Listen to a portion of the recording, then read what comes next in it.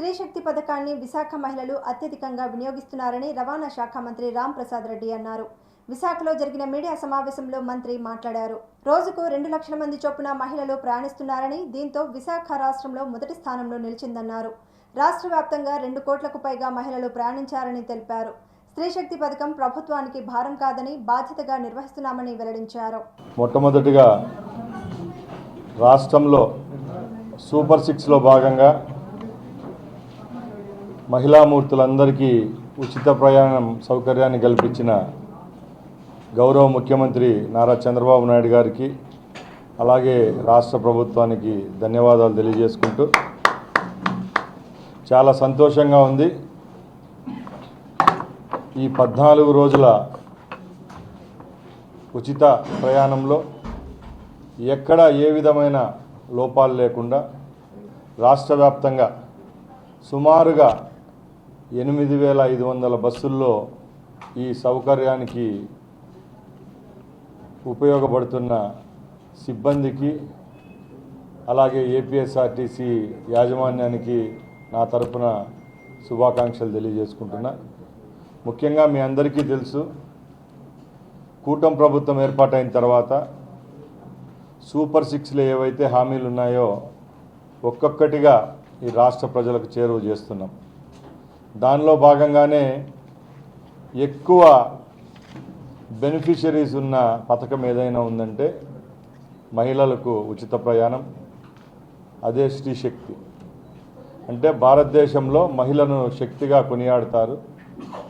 అదే పేరుతో గౌరవ ముఖ్యమంత్రి చంద్రబాబు నాయుడు గారి ఉచిత ప్రయాణాన్ని స్త్రీ శక్తిగా నామకరణం చేయడం, ఆగస్టు 15వ తారీఖున రాష్ట్ర వ్యాప్తంగా ఈ కార్యక్రమాన్ని చేపట్టడం, ఇప్పటికే సుమారుగా 2,30,00,000 మంది మహిళా ప్రయాణికులు ఈ సౌకర్యాన్ని ఉపయోగించుకోవడం, దానికి 95 కోట్ల రూపాయలు ఖర్చు కావడం కూడా జరిగింది. నేను ఒకటే చెప్తున్నా, మా ప్రభుత్వానికి ఇది భారం కానే కాదు, ఒక బాధ్యతను తెలియజేసుకుంటున్నా. ఎందుకంటే ఎన్నో సంక్షేమ పథకాలు గౌరవ ముఖ్యమంత్రి గారి ఆధీనంలో ఈరోజు రాష్ట్ర వ్యాప్తంగా అందిస్తున్నాం. ముఖ్యంగా మహిళల కోసం ఏ కార్యక్రమం చేపట్టినా దిగ్విజయంగా ఈ రాష్ట్రంలో ముందుకెళ్తూ ఉంది. ముఖ్యంగా 3 సిలిండర్ల పథకం ఉచితంగా తీసుకొని వచ్చాం. దిగ్విజయంగా 1 కోటి సిలిండర్ల కార్యక్రమం కూడా కంప్లీట్ చేసుకున్నాం. అలాగే తల్లికి వందనం అనే కార్యక్రమాన్ని చేపట్టాం. గత ప్రభుత్వంలో లాగా కాకుండా ప్రైవేటు ప్రభుత్వ పాఠశాలలు అనుకోకుండా ఎక్కడ రాజీ పడని ధోరణిలో సుమారుగా 67 లక్షల మంది విద్యార్థులకు నేరుగా వాళ్ళ అకౌంట్లలో 13,000 రూపాయలు, అలాగే 2,000 రూపాయలు వాళ్ళ స్కూల్లో జమ చేయడం జరిగింది. అంటే చిత్తశుద్ధి ఉన్న ప్రభుత్వం కాబట్టి ఏవైతే హామీలు ఇచ్చామో అవి తూచా తప్పకుండా నెరవేరుస్తున్నాం. ముఖ్యంగా మా డిపార్ట్మెంట్కి సంబంధించిన స్త్రీ శక్తి విషయానికి వస్తే, రాష్ట్రంలో ఒక కుగ్రామం నుంచి పట్టణ స్థాయి వరకు ఉన్న బస్సుల్లో, అంటే మాకు ఆర్టీసీలో ఉన్న బస్సుల్లో 75% బస్సుల్లో ఈ అవకాశాన్ని మహిళలకు కల్పిస్తున్నాం. అలాగే ట్రాన్స్జెండర్లకు కూడా ఈ అవకాశాన్ని వినియోగించుకునే విధంగా మేము అవకాశం కల్పించాం. అలాగే కేవలం బస్సు ప్రయాణమే కాదు, ఎప్పుడైతే ఈ స్త్రీశక్తి పథకాన్ని రాష్ట్రంలో ఇంప్లిమెంట్ చేయాలనుకున్నామో పొరుగు రాష్ట్రాల్లో ఈ పథకాన్ని కూడా ప్రభుత్వాలు ఇస్తున్నాయి. మన రాష్ట్రంలో చేపట్టే రోజుకి ఎక్కడ ఏ విధమైన పొరపాట్లు లేకుండా ఈ స్కీమును ప్రజలకు అందించే ఉద్దేశంతో దీని మీద మా అధికారులు అలాగే మా యంత్రాంగం పనిచేయడం జరిగింది. దానిలో భాగంగానే రాష్ట్రంలో ఉన్న బస్ డిపోలు అనుకోండి, బస్ స్టేషన్లు, బస్ షెల్టర్లలో అక్కడ మౌలిక వసతులు అభివృద్ధి చేయడంలో గత 6 నెలల నుంచి మా అధికారులు నిమగ్నమైనారు. దానిలో భాగంగానే బస్ స్టాండ్లలో నీటి సౌకర్యం, మరుగుదొడ్లు, ఫ్యాన్లు, కుర్చీలు, ఈ ముఖ్యమైన సమస్యలు ఎక్కడా లేవనెత్తకుండా అవన్నీ కూడా ప్రక్షాళన చేయడం జరిగింది.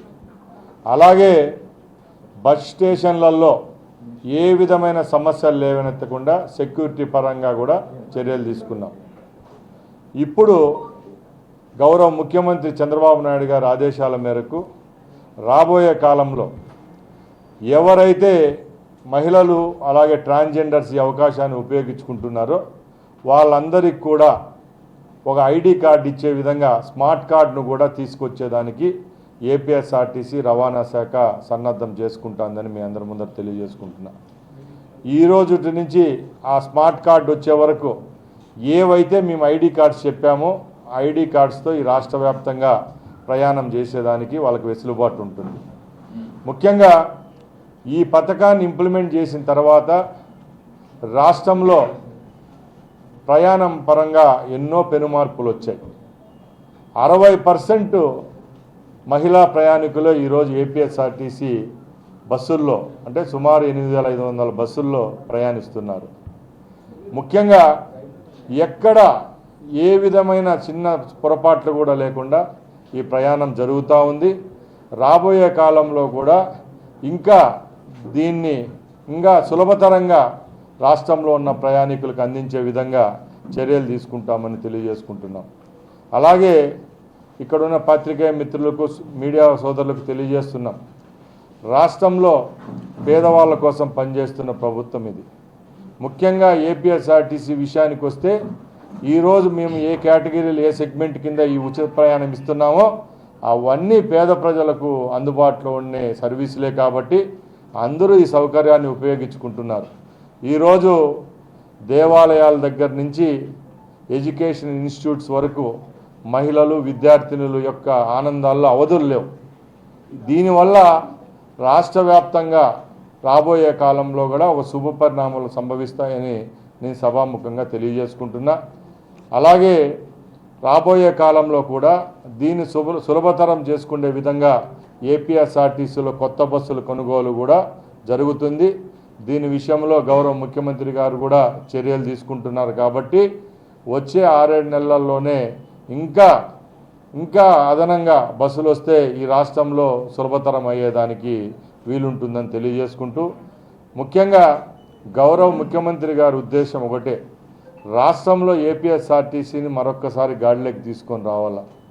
ముఖ్యంగా గ్రామసీమల్లో ఏదైతే ఏపీఎస్ఆర్టీసీ బస్సులు నడుపుతున్నామో అక్కడ కూడా పల్లెల నుంచి పట్టణాల వరకు ప్రయాణికులకు ఏసీ బస్ సౌకర్యం కల్పించాలనేది ఆయన ఒక లక్ష్యంగా పెట్టుకున్నారు. దానిలో భాగంగానే ఆంధ్ర రాష్ట్ర ప్రజలు గ్రామసీమల్లో ప్రయాణించే పల్లె వెలుగు బస్సుల్లో కూడా త్వరలో ఏసీ ఎయిర్ కండిషన్ బస్సుల్లో ప్రయాణించే విధంగా కూడా చర్యలు ఉంటాయని మీ అందరి ముందర తెలియజేసుకుంటున్నా. అలాగే ముందు నేను చెప్పినట్టు ఇంత ఘన విజయానికి కారణం ఏపీఎస్ఆర్టీసీ యొక్క కార్మికులు, అక్కడ పనిచేస్తున్న ఉద్యోగులు. కాబట్టి వాళ్ళకు కూడా ఈ 14 నెలల్లో ఈ రాష్ట్ర ప్రభుత్వం ద్వారా ఎన్నో మంచి కార్యక్రమాలు చేపట్టడం జరిగింది. దానిలో భాగంగానే మీ దృష్టికి కొన్ని విషయాలు తీసుకొని వస్తాను. నైట్ అవుట్ అలవెన్స్లు ఏదైతే 80 రూపాయలు ఉన్నదో దాన్ని మా ప్రభుత్వం ఏర్పాటైన తర్వాత 150 రూపాయలు చేయడం జరిగింది. దీనిలో భాగంగా సుమారుగా 15,000 మంది ఎంప్లాయీస్ ఎవరైతే ఉంటారో ఆ ఎంప్లాయీస్ అందరికీ బెనిఫిట్ అయ్యే విధంగా ఇప్పుడు పనిచేస్తున్నాం. అలాగే ఎంప్లాయీస్ ఎవరైతే ఉంటారో వాళ్ళు ప్రమాదపరంగా చనిపోతే వాళ్ళ కుటుంబాలకు ముందు 80 లక్షలు చెల్లించేవాళ్ళు. ఈ ప్రభుత్వం వచ్చిన తర్వాత దాన్ని 1 కోటి రూపాయలు చేయడం జరిగింది. అలాగే వారి యొక్క జీతభత్యాల నుంచి గత ప్రభుత్వాల్లో 200 రూపాయలు నెలకు తీసుకుంటా ఉంటే దాన్ని కూడా రద్దు చేసి ఈ ప్రభుత్వం 0 రూపాయలతోనే ఈ బీమాను కూడా వారికి వర్తించే విధంగా చర్యలు తీసుకునే విధంగా మేము ముందుకెళ్తున్నాం. అలాగే ముఖ్యంగా గత 2 రోజుల ముందు గౌరవ ముఖ్యమంత్రి చంద్రబాబు నాయుడు గారి నాయకత్వంలో ఒక జీవో తీసుకొని రావడం జరిగింది.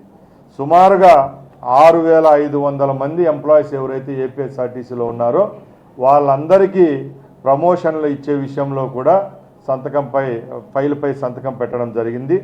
దీనివల్ల 6,500 మంది ఎంప్లాయీస్ ఎవరైతే 4 జోన్లలో పనిచేస్తున్నారో వాళ్ళందరికీ వాళ్ళ యొక్క జీతాలు అలాగే వాళ్ళ యొక్క క్యాడర్ పోస్ట్ క్యాడర్ ఇంక్రిమెంట్ ఏదైతే ఉంటుందో వాళ్ళకు పదోన్నత విషయంలో కూడా లబ్ధి పొందుతారు. దానివల్ల వందలాది కాదు వేలాది మంది ఎవరైతే కార్మికులు ఉన్నారో వాళ్ళందరికీ సుపరిణామంగా చెప్పుకొస్తున్నాం.